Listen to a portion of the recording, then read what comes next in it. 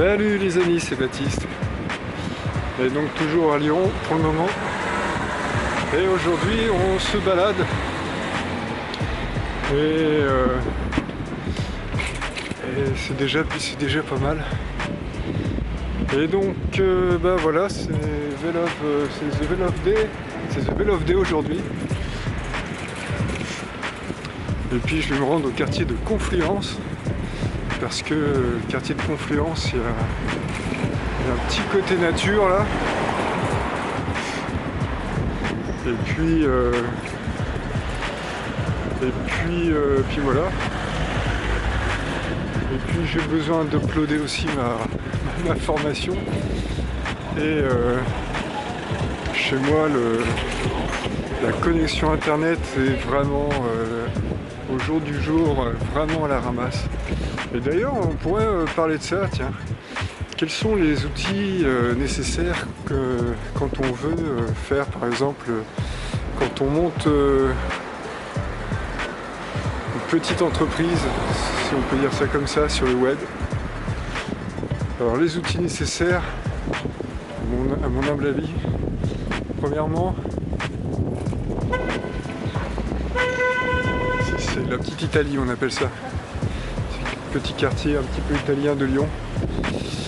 Et là on obtient... J'aurais pas dû prendre cette rue là parce qu'en fait ça c'est une rue pavée. Et en vélo c'est vraiment pas l'idéal. Hein.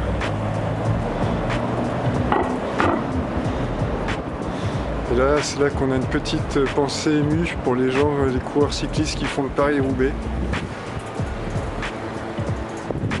Petite pensée émue pour leurs fessiers. Parce que là, ça va vraiment en prendre un coup.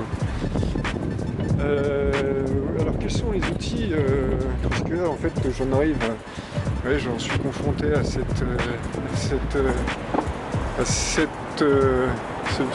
cette opportunité, on va dire, pour pas dire le mot problème, on va dire opportunité. Eh bien, j'en suis confronté à l'opportunité de devoir me trouver une connexion fiable parce que chez moi j'ai pas de box internet, j'ai fait le choix de ne pas en prendre parce que si j'ai envie de me déplacer, si j'ai envie d'être en déplacement, etc., la box internet c'est un peu le filet à la patte, le truc qui te relie à un point fixe et moi ça m'angoisse, c'est un peu ça.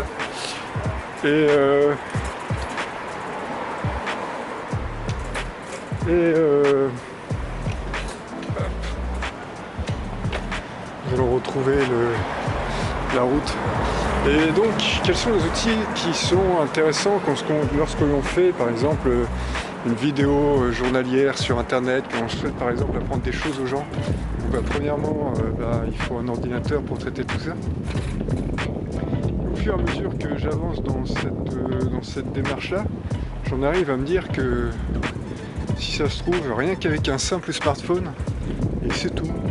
On peut en arriver à se débrouiller, à faire une présence sur internet sans pour autant avoir l'ordinateur, le truc, le machin.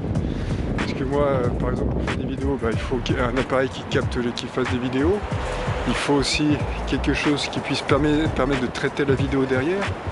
Et puis aussi, il faut une connexion. Alors là, on va se prendre un 4x4. D'accord. Ok, et donc on va... et pourtant je suis sur la route. Hein. Le petit bonhomme, c'est ma voix. Hein. Là, le petit bonhomme avec le vélo, là, c'est pour moi. Ça. Et donc, les meilleurs outils pour travailler sur Internet, il faut une connexion fiable. Et quand il n'y a pas de connexion fiable, il faut essayer de trouver un hotspot, un wifi fiable. Donc c'est la course, aller dans les cafés, là ils proposent des wifi gratuits. On va être obligé de se ranger là.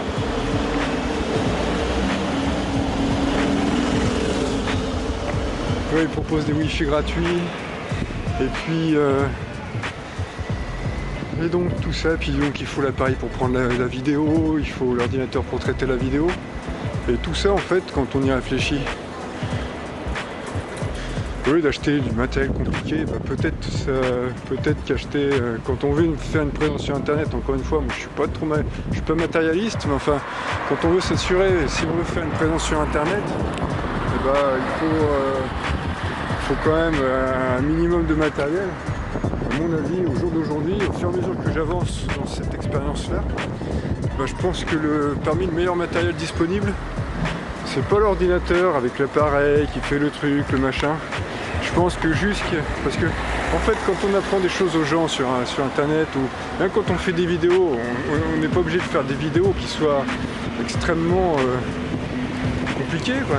Donc juste un smartphone peut-être, enfin, un smartphone ou un truc tout léger, genre une tablette, un machin, et que ça filme en même temps. Et puis voilà, et puis tu montes ta vidéo là-dessus. Et comme ça, t'as pas à te trimballer ton ordinateur portable, ton appareil, ton chargeur d'ordinateur portable, la souris, tout ça. Il y en a qui a un petit smartphone et puis tu passes un peu plus de temps, c'est sûr, à taper sur les touches parce que touches de smartphone pour par exemple pour bloguer, ça va être un petit peu compliqué. Et si par exemple tu fais juste de la vidéo et que tu fais pas de blog et que tu tapes un petit peu de texte de temps en temps pour dire bonjour aux gens, pour alimenter un peu ton compte, éventuellement ton compte Facebook ou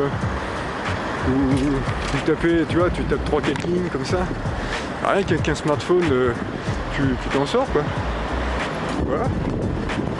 Et en plus comme ça tu es libre de tes mouvements, tu mets dessus un forfait data, un machin data qui fait avec pas mal de gigaoctets, et puis voilà, et puis c'est parti. Parce que là moi je m'en aperçois par exemple pour quand t'as le hotspot qui marche pas bien et que par exemple t'as une vidéo, là moi j'ai ma formation, elle fait plus de 4 gigaoctets, elle fait 4 gigaoctets, elle fait plus de 2 heures, elle fait 4 gigaoctets. Et quand tu as fait le choix de ne pas avoir de box internet parce que tu n'as pas envie de te mettre un fil à la patte et que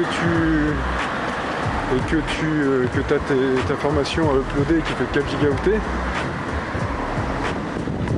pour moi que c'est la croix à la bannière. Donc à mon avis le meilleur matériel pour faire ce genre de choses, je m'approche un peu parce que là avec le son tu as entendu, avec le meilleur matériel pour faire ce genre de choses, bah, ça reste à mon avis un simple smartphone ou à la limite une tablette si tu veux y voir plus grand et que tu couples ça à la limite avec un smartphone, tu vois, un truc tout simple. Et puis voilà, un truc peut-être assez puissant pour pouvoir monter des vidéos, parce qu'un smartphone de base pour monter des vidéos ça va être dur, donc un truc qui marche bien. Et puis voilà, tu as tout ton setup pour faire des vidéos, là tu rajoutes un petit micro-cravate. Ou un petit truc tout simple, et puis voilà, tu as ton setup pour faire ta vidéo, t'as pas besoin de gros ordinateurs, de gros trucs, de gros machins. Alors c'est sûr qu'il y a un écran plus grand par exemple pour monter des vidéos, bah, ça peut être sympa, mais ouais, là j'étais tombé par exemple sur des vidéos où on voyait il montait avec son propre smartphone sa vidéo, puis le résultat était plutôt correct, hein. était plutôt correct, donc il y a juste pour taper du texte que ça peut être embêtant. Voilà, un smartphone, peut-être un smartphone qui a un grand écran, un truc. Encore une fois, voilà, s'il faut investir si pour avoir une présence web, il faut investir dans du matériel. Au jour d'aujourd'hui, à mon avis, la meilleure chose, eh ben, ça reste un smartphone avec un écran assez grand. Et puis éventuellement une tablette, tu vois, un truc pour avoir un écran encore plus grand si tu veux que ce soit plus confortable, mais à mon avis, le minimum, ça reste le meilleur. Le plus léger, le minimum. Et puis, et même, tu vois, par exemple, quand tu voyages, imagine que tu voyages, dans ta chambre d'hôtel, il y a toujours une télévision, un truc, un machin. Et puis, ton smartphone, tu peux le brancher sur la télé, et puis voilà, quoi. Un truc dans ce genre-là. Mais faut pas aller chercher très très loin. Moi, tu vois, je suis vraiment pas... je suis pas matérialiste, je pense que plus tu as du matériel qui tu vois, plus tu as envie d'alléger en fait, tu vois. Plus tu recherches le truc qui va dont le rapport embêtement, prix payé, temps, place les poids va être tu vois, le plus favorable possible. Et donc, tu vois là, moi, avoir un gros setup avec plein d'appareils et tas de trucs, au final ce qui est important c'est ce que tu racontes, et puis c'est ce que tu fais voir aux gens aussi. Par exemple, ah, tiens, là j'arrive à ma destination. J'espère que tu m'entends parce qu'il y a un peu de vent.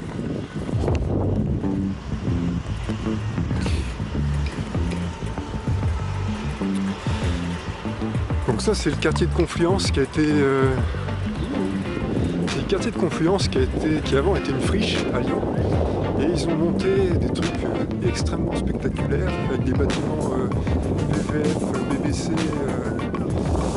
et une sorte de truc d'écosystème où dedans il y a de tout là-dedans dans cette mare là. Il y a des ragondins énormes, il y a des hérons de temps en temps, il y a des cygnes, des canards, il y a des grenouilles. Il y a vraiment de tout.